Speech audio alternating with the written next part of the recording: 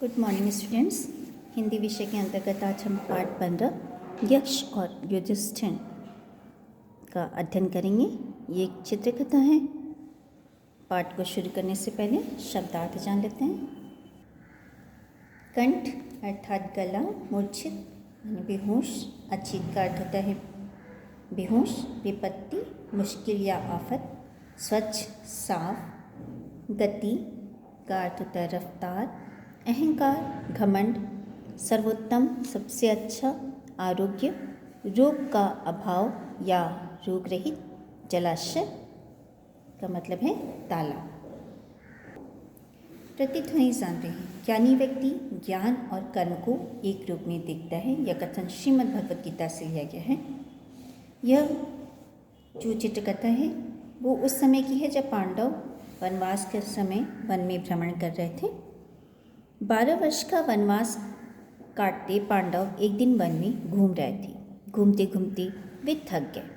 प्यास से उनके कंठ सूखने लगे। नकुल, तुम जाकर पता करो कि क्या आसपास कोई जलाशय है। युधिष्ठिर ने अपने भाइयों से कहा, ठीक है, मैं पता करके आता हूँ। ज्येष्ठ भ्राता युधिष्ठिर। ज्येष्ठ का अर्थ होता है बड़ा और भ्राता माने भाई।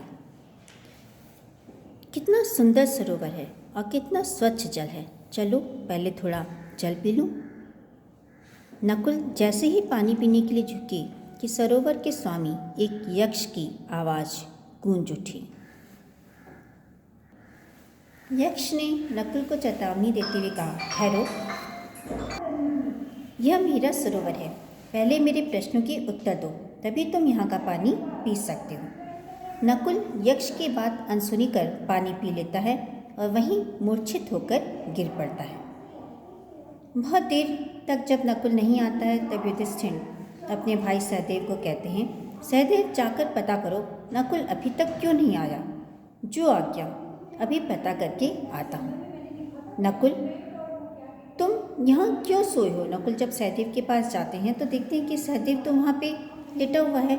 तो वो कहते हैं, नकुल तुम यहाँ क्यों सोए हो। अच्छा, पहले मैं अपनी प्यास तो बुझा लूँ, फिर नकुल को जगाता हूँ। यह कहकर सहदेव भी यक्ष की चेतावनी पर ध्यान नहीं देता और अचेत होकर गिर पड़ता है। सहदेव के बाद भीम और भीम के बाद अर्जुन भी सरोवर के निकट आते हैं, परंतु यक्ष की चेतावनी पर ध्यान नहीं देते। वे यक्ष की चेतावनी को अनसुना करके पानी पीकर अचेत हो जाते हैं। उधर युधिष्ठिर जब उनके भाई नहीं लौटते तो चिंतित हो जाते हैं और वे कहते हैं, यह क्या, अर्जुन भी नहीं लौटा। हे प्रभु, कहीं मेरे भाई किसी विपत्ति में न फंस गए हों। मुझे उनका पता लगाना पड़ेगा। युधिष्ठिर वहाँ जाते हैं और देखते हैं कि उनके चारों भाई अचेत पड़े हुए हैं। ये सब यहाँ अचेत क्यों पड़े हैं, वे स्वयं से प्रश्न करते हैं। यक्ष की आवाज़ गूंजती है, मैं बताता हूँ। तुम्हारे भाइयों ने मेरी बात नहीं मानी और मेरे प्रश्नों के उत्तर दिए बिना ही पानी पी लिया, इसलिए ये सब के सब अचेत हो गए। युधिष्ठिर यक्ष से कहते हैं, ऐसा है तो आप प्रश्न पूछिए, मैं उत्तर दिए बिना जल नहीं पीऊँगा। युधिष्ठिर से यक्ष ने पहला प्रश्न पूछा कि दुनिया का सबसे बड़ा आश्चर्य क्या है। युधिष्ठिर कहते हैं, सबसे बड़ा आश्चर्य यह है कि सब हजारों को मरते देखते हैं, लेकिन फिर भी जीवित व्यक्ति सोचता है कि वह कभी नहीं मरेगा। युधिष्ठिर ने दूसरा प्रश्न पूछा, यश प्राप्त करने का एकमात्र उपाय क्या है। युधिष्ठिर ने कहा, दान। तीसरा प्रश्न था, आकाश से ऊंचा कौन है। उनका जवाब था, पिता। उनका अगला प्रश्न था, वायु से भी तीव्र गति से कौन चलता है। युधिष्ठिर ने कहा, मन। मनुष्य का साथ कौन देता है। युधिष्ठिर का जवाब था, धैर्य। घास से भी अधिक फैलने वाली वस्तु क्या है। उन्होंने कहा, चिंता। भूमि से बड़ा कौन है। युधिष्ठिर ने उत्तर देते हुए कहा, माता। किसे त्याग कर मनुष्य प्रिय बन जाता है। उन्होंने कहा, अहंकार को त्यागने से मनुष्य प्रिय बन जाता है।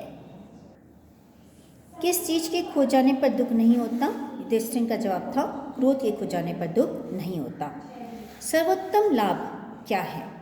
युधिष्ठिर का जवाब था आरोग्य, यानी अगर हम सभी प्रकार से स्वस्थ हैं तो वही सर्वोत्तम लाभ है। विदेश जाने वाले का साथी कौन होता है?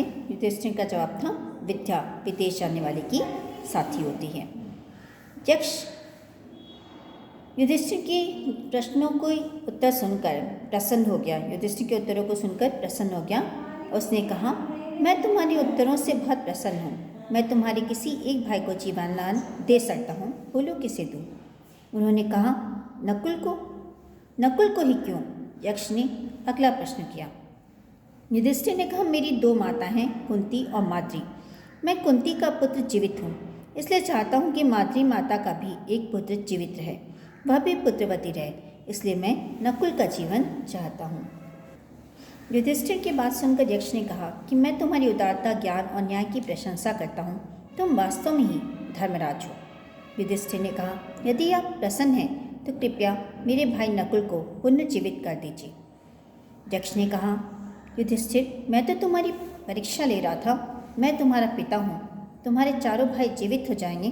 तुम जानते हो, जो धर्म की रक्षा करता है, धर्म उसकी रक्षा करता है। तो बच्चों, इस पाठ से हमें ये सीख मिलती है कि हमें ज्ञानी, उदार और न्याय का पालन करने वाला होना चाहिए।